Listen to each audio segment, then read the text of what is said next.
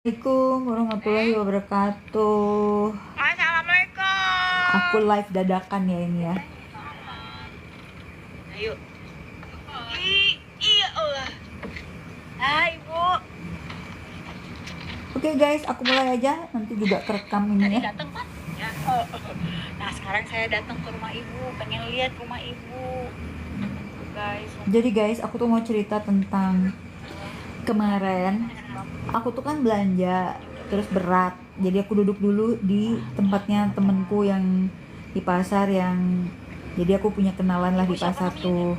Nah, aku duduklah di tempat Eli. Nah, di dekat Eli itu ada penjual lagi. Aku nggak begitu kenal sama orang ini. Usia berapa Bu Tapi Tarsi? ibu ini ngajakin ngobrol mulu ya. Nah, yang jadi sih awalnya ceritain tentang giginya. Sehat, panjang umur. Giginya bolong, jadi Mau bengkak. makan apa beli? Aku bilang kalau bengkak, ibu harus minum obat penenang sakit. Nanti setelah nggak bengkak lagi, ibu harus ke dokter gigi. Terus dia cerita bahwa dia itu memang disuruh ke dokter gigi lagi setelah bengkak. Terus dia nggak pergi ke dokter gigi lagi. Jadi gini ya guys, intinya gini. Kalau urusan gigi, dokter kalau lagi gigi kita bengkak tuh nggak bisa diapa-apain, nggak bisa dicabut, nggak bisa diapa-apain. Bengkak itu harus diobatin dulu karena kan berarti ada infeksi. Nah, setelah bengkak itu kalian tetap harus ke dokter untuk ngecek itu kondisi gigi gimana. Sebisa mungkin jangan dicabut gigi itu ya guys. Karena pengalaman aku, kalau gigi dicabut itu either itu akan merusak susunan gigi yang lain, mempengaruhi bentuk muka ya, bahkan bisa membuat gigi lain jadi kecabut gara-gara perubahan posisi. Aku pernah geraham atas aku itu jadi turun gara-gara geraham bawahnya dicabut, jadi memanjang ke bawah. Itu gigi bisa kayak gitu pertumbuhannya. Atau misalnya gigi satu dicabut tuh, ya udah gigi lain pasti bergeser semua, jadi bahayanya banyak banget ya kalau cabut gigi itu gitu. Terutama kalau nggak dipasang cepet-cepet gigi palsu. Nah itu bahayanya. Nah tapi balik lagi ke pengalaman ngobrol sama ibu ini tadi ya. Aku pun nggak tahu ibu itu siapa namanya. Tapi ada yang menarik. Intinya setelah ngobrolin gigi, muterlah kami tuh ngobrolin tentang anaknya. Dia curhat lah tentang anaknya. Anaknya tuh berhenti kerja, terus akhirnya sekarang di rumah aja. Di rumah atau emang nganggur? Ternyata dia rumah, bukan pengangguran, kerja di rumah. Nah kerja di rumah, pertanyaannya kerja apa gitu kan?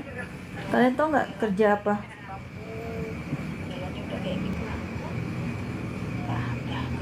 Mau oh ini bisa invite ya? Aku bisa invite. Oke, aku invite aja, siapa yang mau masuk aja, kita ngobrol. Sekarang gimana sih? Atau aku belum bisa ya masukin orang dalam live aku ya? Nggak ngerti juga aku lah. Udahlah, nggak ngerti aku. Pokoknya aku bisa cerita aja dulu. Nah, jadi intinya aku nggak sebut nama ya, dan aku juga emang nggak tahu nama ibu itu siapa. Jadi anak ini ternyata kerja sebagai, nah ini dia zongnya. Nah, bikinin skripsi saya dong. Nah terus dia yang bikinin gitu kan. Nah pertamanya aku kaget banget aku bilang, oh berarti ibu ini kan pengennya kayak kelihatan banget, selalu bilang anaknya pinter gitu ya. Oke, mungkin anaknya memang pinter, karena kan orang yang bisa bikinin skripsi itu pasti orang yang pinter ya, bukan orang yang bego. Kalau orang bego kan nggak bisa, karena kan skripsi itu rada-rada susah kalau yang beneran skripsi ya, yang beneran ujung-ujungnya dia puji-puji terus anaknya. Oke, aku sih nggak masalah ya orang muji-muji anaknya, bebas-bebas aja. Cuman aku kaget ketika dia bilang kerjaan anak ini adalah membuatkan skripsi orang lain yang nggak mampu bikin skripsi guys. Jadi ada joki skripsi ya di Bandung itu. Pas ternyata aku tanya biayanya untuk bikinin satu skripsi itu, bayar ke anaknya itu lumayan loh, gede loh duitnya. Satu skripsi itu 2 juta, bisa 3 juta, bisa 3,5 juta. Jadi anak ini bisa dapatlah 8 juta ya sebulan gitu. Hebat, luar biasa. Tapi aku bilang gini, ibu itu kan anak ibu tuh nggak boleh kerja kayak gitu, itu kan nggak halal, itu haram. Ya enggak dong katanya, ngeyel. Ya, itu di depan tuh ada yang buka toko biro skripsi. Iya Allah. Ya bu, saya bilang kalau semua orang berpikiran kayak ibu berpikirnya sama nggak gini? Tadi datang. Banyak banget yang koruptor, yang korupsi gitu kan. Jadi seakan-akan kalau banyak yang korupsi adalah sebuah kewajaran atau sebuah hal yang normal. Enggak, tetap aja. Walaupun banyak orang yang melakukannya, kalau itu salah ya tidak menjadi sebuah normalisasi atau sebuah kewajaran. Si anu korupsi, si anu korupsi, si anu korupsi. Jadi korupsi itu semacam sebuah hal yang normal, jadi normalisasi gitu, nggak boleh kayak gitu. Nah termasuk ibu ini aku bilang, enggak bu, dalam Islam itu joki skripsi itu jatuhnya haram. Nah udah aku jelasin bahwa itu haram. Kenapa haram? Udah dijelasin, karena kan itu ada unsur menipu. Jadi yang bikinin skripsi orang lain tapi dicaplokin ke nama orang lain kayak gitu, tahan beli orang itu kan gitu. Tapi kan orang tuh beli, iya bu, betul, dia beli jasa anak ibu. Tapi pekerjaan anak ibu diakui sebagai pekerjaan orang itu menipu nggak bu? Aku bilang kayak gitu. Diem dia, akhirnya balik lagi dia ngeyel lagi kan. Nggak apa-apalah katanya, kan saya nggak makan duitnya, yang taruhlah itu haram dia bilang, tapi saya nggak makan duitnya. Dia cuma pakai anak saya tuh duitnya untuk dirinya sendiri. Terus aku bilang ini, kalau ibu emang beneran sayang sama anak ibu, pasti ibu nggak rela kan dia makan dari duit yang haram gitu. Ya tapi udah banyak orang lain. Nah ibu dibilangin dari tadi masih ngeyel aja, akhirnya keluar juga. Aku kesel gitu. Nah yang lebih bombastis lagi cerita si ibu ini adalah apa coba? Dia kan kekeh bilang anaknya pintar. Oke, aku bilang orang lain bilang pintar belum tentu loh aku bilang orang itu pintar gitu kan. Dia katanya lulus cum laude 3,8. Wow, fantastis. Tapi ternyata sekolahnya di swasta. Aku tidak mengeneralisir ya kalau swasta bagus, cuman kita tuh udah tau lah kalau yang namanya orang pintar banget itu pasti insya Allah masuknya, kalau nggak ITB, Unpad gitu kan. Dia bilang kalau anak ibu pintar banget kenapa nggak masuk Unpad? Saya bilang kenapa nggak masuk ITB? Ya dia bilang sebenarnya setelah muter-muter cerita, dia cerita bahwa anaknya itu guys sebenarnya keterima di Unpad jalur prestasi. Nah tapi ini zongnya lagi ini seru banget cerita aku nih. Dia bilang anaknya itu udah keterima di Unpad jalur prestasi, tapi katanya teh kita tuh dimintain 25 juta. Aku bingung. Nggak ada deh bu, Unpad tuh kayak gitu nggak ada, kecuali kalau ada oknum ya, nggak tahu ya. Saya bilang siapa bu, siapa, coba ibu tahu nggak siapa orangnya yang minta 25 juta itu? Kalau orang Unpad kasih tahu saya bilang, ntar saya bisa cari tahu, saya bilang. Akhirnya dia bilang muter-muter lagi ceritanya, ternyata yang minta 25 juta itu yang ngurusin. Nah kalau yang ngurusin kan berarti bukan pihak Unpad ya, bisa jadi kan guru di sekolahnya yang minta gitu. Akhirnya katanya gara-gara kami diminta 25 juta gak jadi anak kami kuliah di Unpad. Akhirnya di mana bu? Ini entahlah dia bohong atau ngewadul gitu istilahnya gitu. Bayar 25 juta nggak mau. Udah gitu nggak jelas juga siapa yang minta 25 juta itu kan. Tapi kan ini jadinya memang tidak boleh menutup mata ya bahwa ada aja kasus-kasus namanya oleh oknum-oknum ya, yang nakal-nakal di Unpad tuh ada, yang jual beli nilai itu ada guys, itu nggak bisa menutup mata, itu praktek kayak gitu ada. Aku ngalamin sendiri ya waktu aku jadi dosen dulu. Tapi ya itu namanya oknum ya. Tapi setahu aku kayak aku masuk Unpad dulu nggak ada papa mama aku tuh kasih duit kemana-mana, enggak, aku lulus murni gitu kan, pakai otak bener gitu loh. Nah ini kan indikasinya jadi buruk ya kalau misalnya ada anak jalur prestasi terus dimintain duit 25 juta. Nah akhirnya si ibu ini mutusin nggak jadi dong masukin anaknya ke Unpad, dipindahkanlah anak ini ke sekolah swasta. Nah akhirnya aku tanya, berapa bu bayaran swastanya itu di sekolah itu satu semesternya? Dia bilang 3 juta. Oke, kita kalkulasi ya guys, 30 juta dikaliin 10 semester, anggaplah ya, rata-rata orang tuh kan kuliah itu 10 semester ya, 9 sampai 10 tergantung kecepatan masing-masing ya, tapi rata-rata ya 10 lah, anggaplah 10, 30 juta. Ibu tahan bayar 30 juta tapi menolak bayar 25 juta. Anggaplah itu memang benar diminta sama Unpad, walaupun saya meragukan ya, saya meragukan gitu, ada oknum mungkin ya, atau mungkin bukan dari pihak Unpadnya malah justru gitu kan. Nah jadi guys, aku bilang, ibu nggak ngitung bu? Saya bilang, 30 juta loh anak ibu lulus, kalau ibu jalur prestasi kan 25 juta, masih lebih murah 25 juta gitu lah. Nah iya ya, benar juga ya, tapi waktu itu udah langsung panik sih dimintain duit segitu banyak. Oh ya sudah. Nah ternyata anak ini tuh kerjanya jadi joki skripsi. Kirain kerja apa, katanya ceritanya nih suka berubah-berubah ibu ini.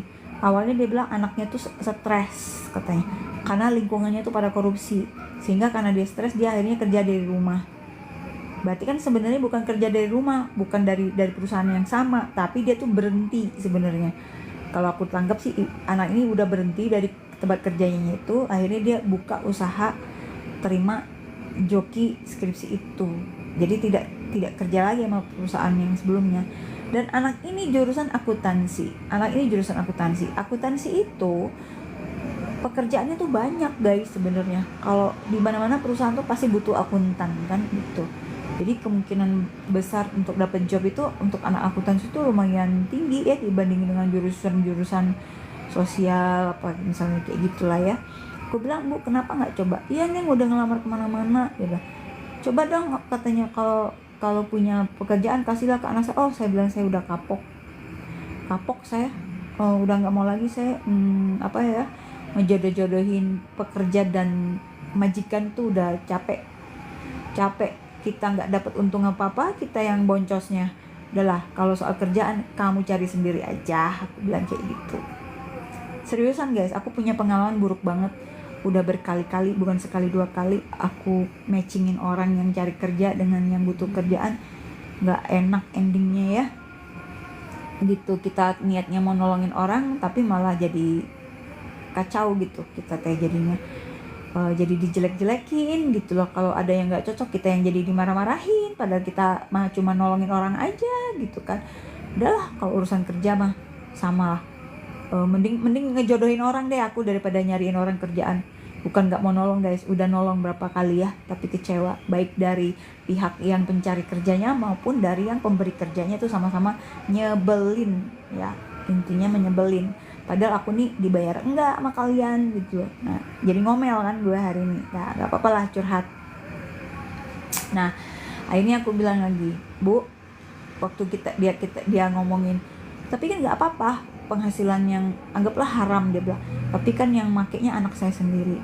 Yang penting mah katanya nih, nah ini garis bawah dia ngomong gini, yang penting mah bagaimana kita menghabiskan uang itu,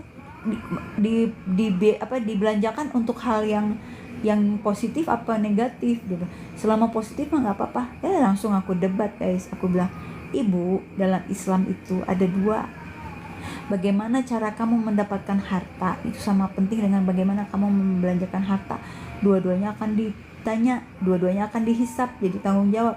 Jadi misalnya gini, jangan berpikir gini ya guys, kalau saya dapat duit dari uang korupsi terus saya pakai untuk sedekah, tidak diterima guys, itu di mata Allah percuma ya. Nah atau misalnya ya seperti Bu tadi itu, dia bilang kan itu duitnya nggak bener tuh, tapi dipakai untuk kebaikan. Tidak ada hal yang baik kalau sumbernya dari yang kotor. Itu catat, di Islam itu seperti itu sakleknya. Jadi kamu mau bersedekah itu harus dari sumber yang baik gitu loh. Jadi apa yang kamu dapatkan itu harus dengan cara yang baik juga. Gak bisa cuman salah satu, gak bisa. Misalnya kamu dapatnya halal tapi kamu pakai buat beli alkohol, beli narkoba, misalnya bayar prostitut gitu. Nah itu salah kan? Itu salah. Jadi dua-duanya. Nah ibu itu ngeyel kan, bilangnya yang penting mah membelanjakannya di hal yang baik. Tidak bisa. Dalam Islam itu bagaimana kamu mendapatkan harta kamu tuh halal apa enggak, terus bagaimana kamu menggunakan harta tersebut di jalan apa, di jalan yang halal juga atau haram, kayak gitu. Dua-duanya nggak bisa. Jadi ini adalah persepsi yang salah ya, banyak banget yang persepsinya salah. Jadi terus kalau misalnya kamu dapat duit korupsi, kamu pakai buat sedekah, terus kamu merasa jadi orang baik, ya enggak lah, nggak diterima sama lo gitu loh. Kamu misalnya habis korupsi terus pergi haji umroh, ya nggak diterima lah haji umroh mah. Nggak bisa guys, nggak bisa cuman sebelah gitu, nggak boleh setengah-setengah, harus kafah tuh artinya menyeluruh. Jadi pemahaman gitu terus menyeluruh kayak gitu. Nah, ini kan lucu ya pemahaman di orang-orang yang seperti itu. Nah, akhirnya aku bilang, kalau ibu anaknya memang pintar, benar, saya bilang, kalau emang pintar anak ibu, ya suruh kata si ibunya mau disuruh S2 ya, jadi dosen cocok sih, saya bilang kayak gitu. Kalau jadi dosen kan emang kerjanya ngurus skripsi kayak gitu, kayak aku dulu kan jadi dosen pembimbing tugas akhir anak-anak mahasiswaku. Nah itu kan harus perlu, udah gitu aku sudah S2 juga kan, udah 2 kali bikin tulisan akademis ya. Nah tapi dia bilang, iya Neng, tapi suruh dia nabung dulu duitnya dari itu lagi. Saya bilang gini, saya tantang dia.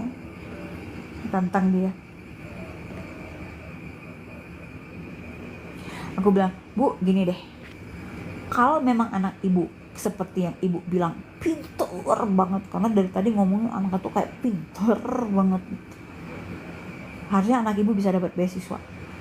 Ibu nggak usah keluarin duit, anak ibu nggak usah nabung. Kenapa?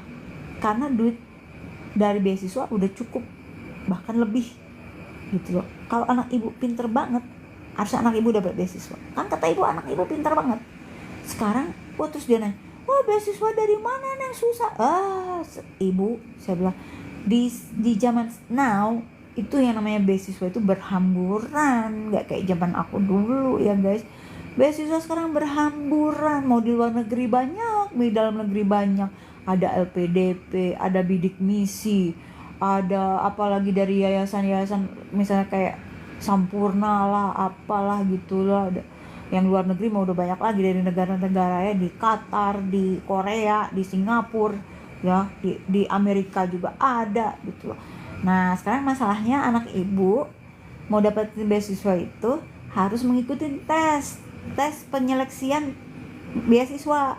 Nah kalau anak ibu lulus ya dapat, kalau enggak. Tapi salah satu tes itu adalah TOEFL ya, tes bahasa Inggris.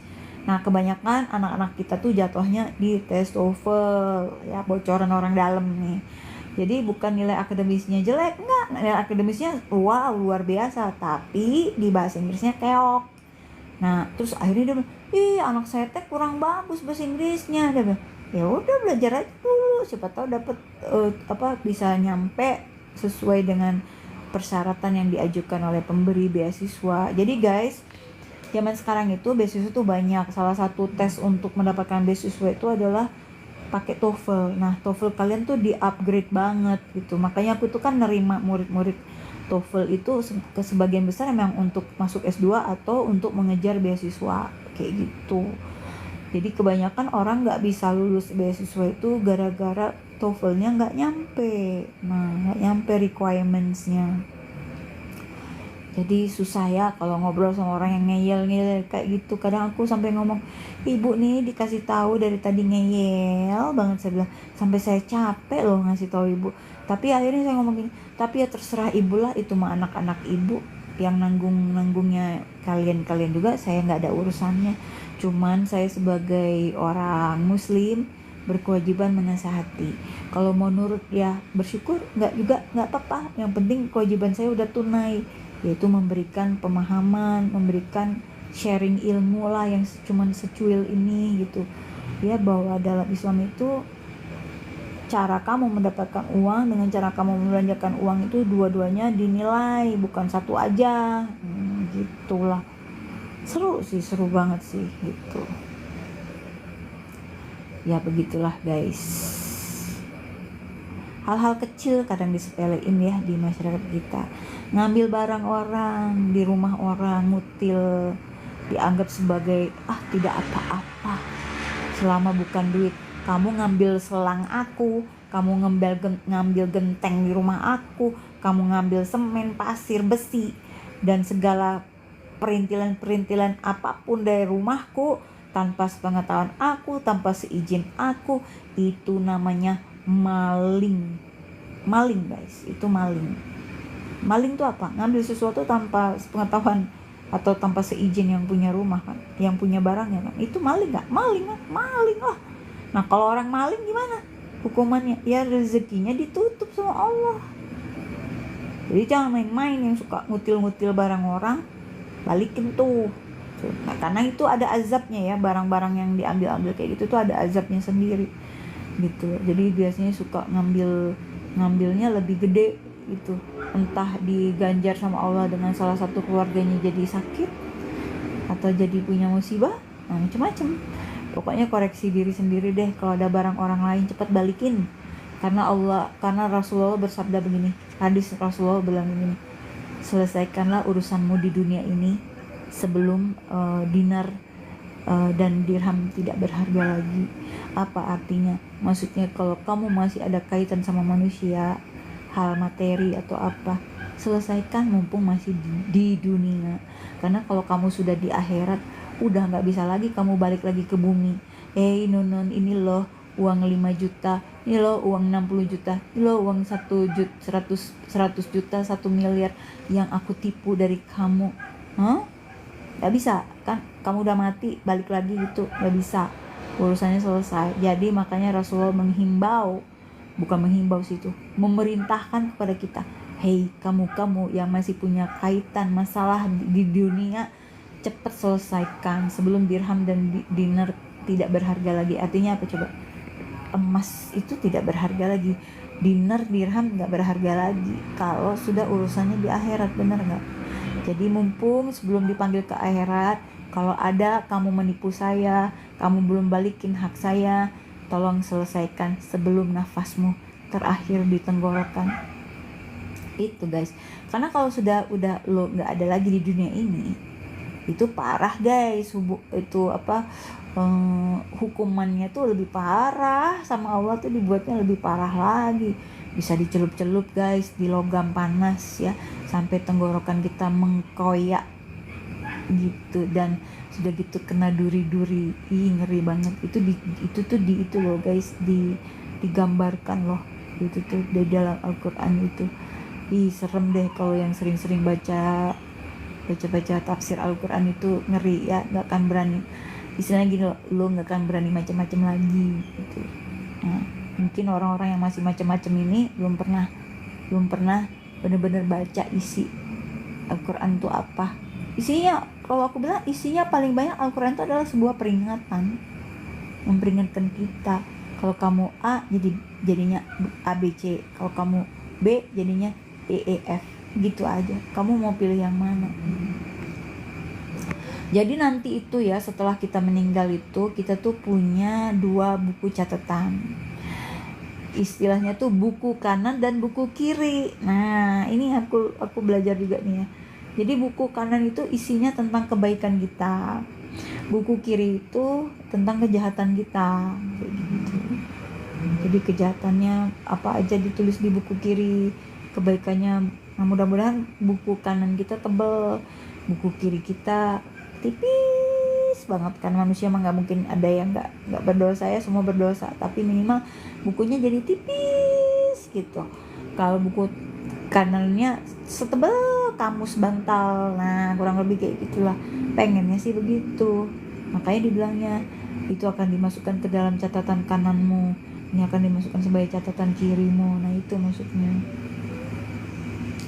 Dan orang-orang yang mau masuk surga tuh juga gitu guys, kalau nggak salah inget ya, orang yang mau masuk surga itu barisannya ke kanan, kalau yang masuk neraka tuh barisannya ke kiri. Nah jadi kita mau jalur yang mana nih, mau jalur kanan apa jalur kiri gitu. Jadi sebenarnya makin belajar itu sebenarnya makin takut sih mau macem-macem.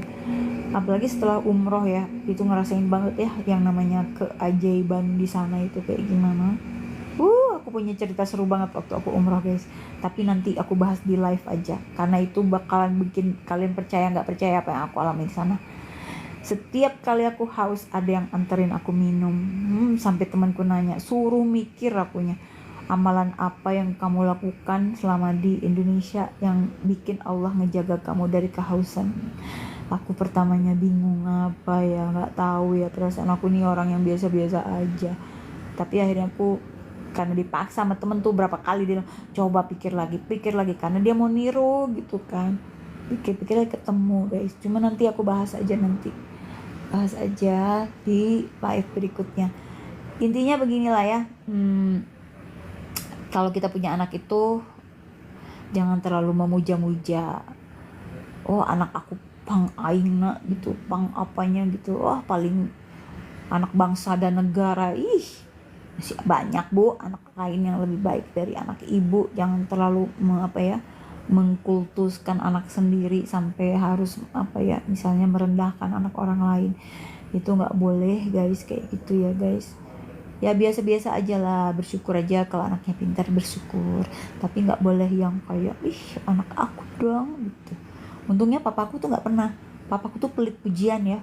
Walaupun aku juara 1, nem aku termasuk tinggi segala macem. Wah dia tuh nggak pernah muji. Muji tuh perlu guys sekali-sekali, tapi lucunya ya, dia tuh muji aku tuh di orang lain. Nah orang lain ini cerita betapa bangganya papa aku tuh sama aku, tapi di depan aku sendiri papa tuh nggak pernah muji. Mungkin biar aku nggak besar kepala, tapi sometimes kita perlu kan kayak punya pengakuan gitu ya, atau jadi kebanggaan sebentar gitu ya dari orang tua ya. Gitulah ceritanya. Gitulah guys cerita aku live aku hari ini. Jadi mudah-mudahan ada manfaatnya dari mendengarkan ocehan aku, jurnal aku lah, anggaplah kayak gitu guys. Oke guys, segitu aja dulu ya sahabat-sahabatku. Nanti tunggu gebrakan bakso Skatisha berikutnya.